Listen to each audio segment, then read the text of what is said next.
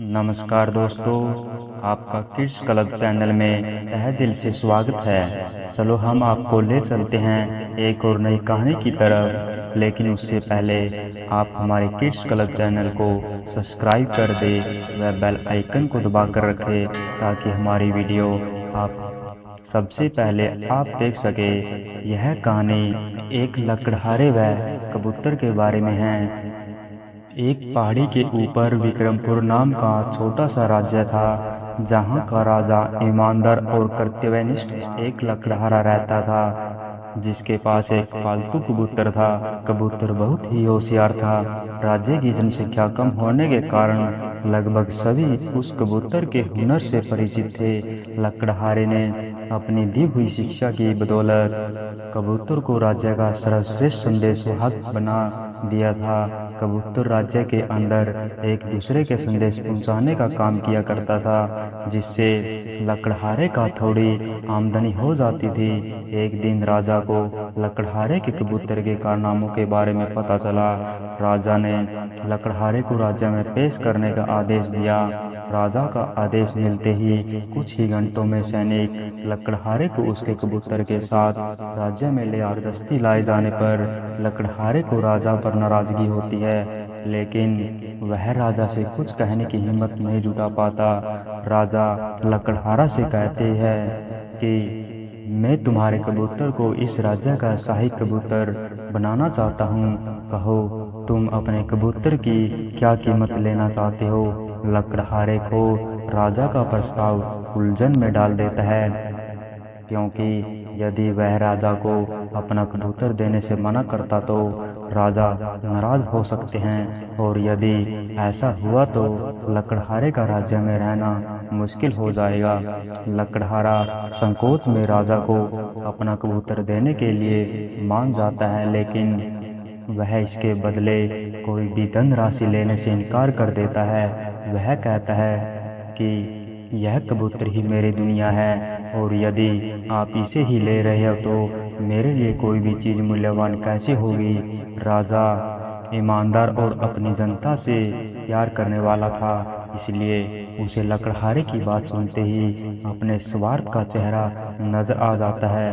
वह दरबार में सबके सामने कहता है, एक राजा का कर्तव्य अपनी जनता का शोषण करना नहीं, बल्कि भरण पोषण करना है। मैं लकड़हारी की मर्जी के बिना उसका कबूतर कैसे ले सकता हूँ?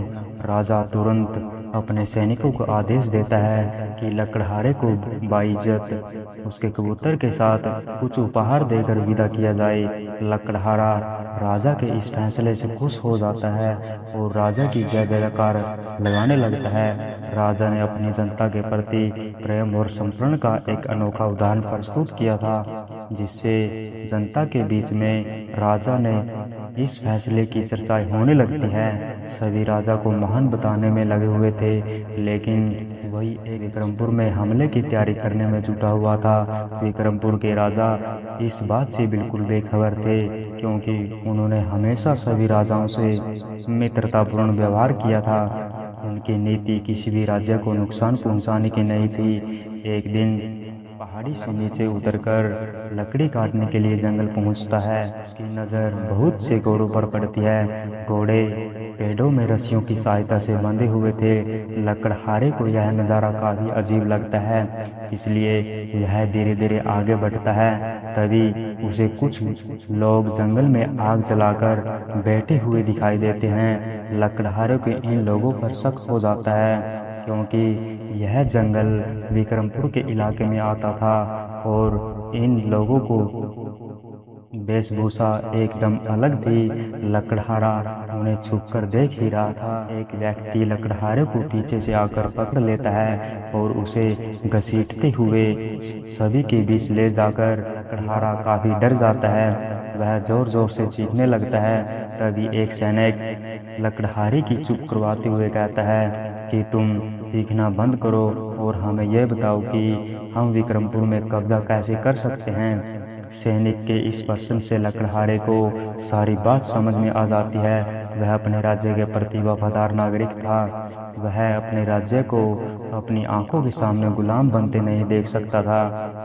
उसने तय किया कि किसी भी कीमत पर वह सैनिकों के सामने अपनी अपनी जबान नहीं खोलेगा। लकड़हारा सैनिकों के सामने न बोल पाने की का नाटक करता है। सैनिकों को लगता है कि यह व्यक्ति गूंगा है, इसलिए वह उसे एक पेड़ से बांध देते हैं और अपने काम में लग जाते हैं। लकड़हारे का कबूतर उसके कंधे में आकर बैठ जाता है। लकड़हारा कबूतर को निर्देश देता है कि कबूतर राजा के पास जाकर उन्हें इस खतरे से आगाह करे। कबूतर बहुत होशियार था।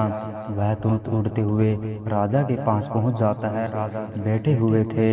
जैसे ही उनकी नज़र कबूतर पर पड़ती है, वह नृत्य रोक देते हैं। कबूतर राजा के हाथों में बैठ जाता है और अगले ही पल दरबार के अंदर उड़ने लगता है। राजा तुरंत अपनी मंत्री से इसकी वजह पूछते हैं। राज्य के मंत्री लकड़हारे के कबूतर की बुद्धिमानी से परिचित थे, इसलिए वह कहते हैं कि महाराज, यह कबूतर बेवजह किसी के पास नहीं आता। इसके आने का कोई न कोई कारण जरूर होगा, इसलिए हमें इसका पीछा करना चाहिए। शायद यह हमसे कुछ बताना चाहता है। राजा को अपने मंत्री की बात उचित लगी। वह अपने सैनिकों के साथ कबूतर का पीछा करने लगते हैं। कबूतर के नीचे जंगल की ओर जा रहा था। राजा अपने सैनिकों से जंगल की तरफ चलने को कहते हैं। अचानक राजा को दुश्मन राज्य की सेना में देखते ही राजा कबूतर का इशारा समझ जाते हैं। वह तुरंत अपने सैनिकों से पूरी सेना जंगल में उतारने को कहते हैं और कुछ ही घंटों के अंदर दुश्मन राज्य के सैनिकों को गिरफ्तार कर लिया जाता है।